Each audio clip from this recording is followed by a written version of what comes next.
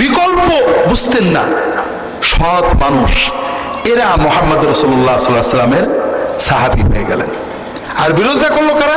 দুটো শ্রেণী, সম্পদশালী সমাজের রাজনৈতিক সামাজিক নেতৃবৃন্দ এবং পুরোহিত গুরু ঠাকুর। কথা বোঝেননি? এই দুই গুরু রসুনের খোলার মতো এঁটে গেল।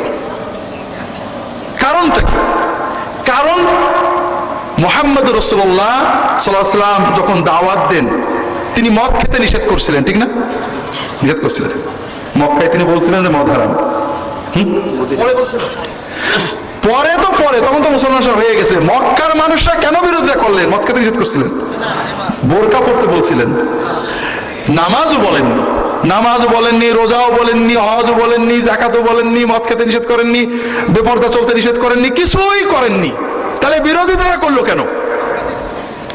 মুহাম্মদ রাসূলুল্লাহ সাল্লাল্লাহু আলাইহি ওয়াসাল্লাম কিছুই করেননি, শুধু একটা কথা বলছিলেন, লা ইলাহা ইল্লাল্লাহ, ঠিক না? আমরা জানি, আপনারা এখানে যারা আছেন আমার আলোচনা শুনেছেন, তারাও জানেন যে আরবের কাফেররা আল্লাহ মানত, ঠিক না? আল্লাহ যে এক, এটা তারা বিশ্বাস করত, এবং আল্লাহ যে একমাত্র খালেক, মালেক, সৃষ্টিকর্তা, সর্বশক্তিমান, এটাও বিশ্বাস করত।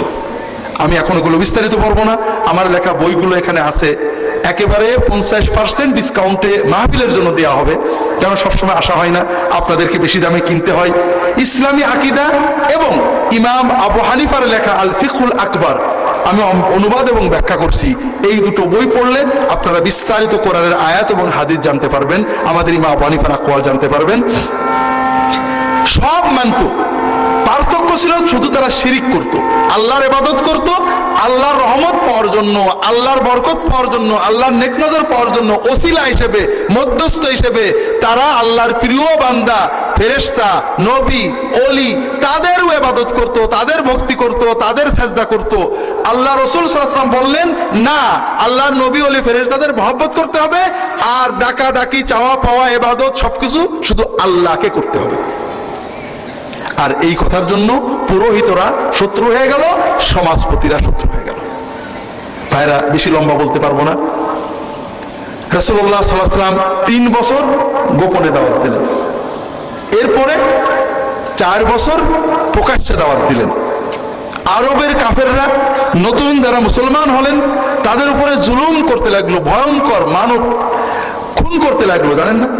কিন্তু মুহাম্মদ রাসূলুল্লাহ সাল্লাল্লাহু আলাইহি ওয়াসাল্লাম দাওয়াতকে ঠেকাতে পারলো না। যুবকেরা দলে দলে আসছে, সাধারণ মানুষরা দলে দলে আসছে। তখন সিদ্ধান্ত নিল মুহাম্মদ সাল্লাল্লাহু আলাইহি ওয়াসাল্লামকে শেষ করতে হবে। কিন্তু মুহাম্মদ সাল্লাল্লাহু আলাইহি ওয়াসাল্লামের পিছনে তার চাচা আবু তালেবের নেতৃত্বে পুরো বনু হাশেম গোষ্ঠী, আরবীয় গোষ্ঠী প্রথা, যেমন আমাদের দলীয় প্রথা, আওয়ামী লীগ, বিএনপি। আওয়ামী লীগ লোক যত অন্যায় করুক বিচার করা যাবে না, বিচার করলে মিছিল। বিএনপির লোক যত অন্যায় করুক বিচার করা যাবে না, বিচার করলে মিছিল।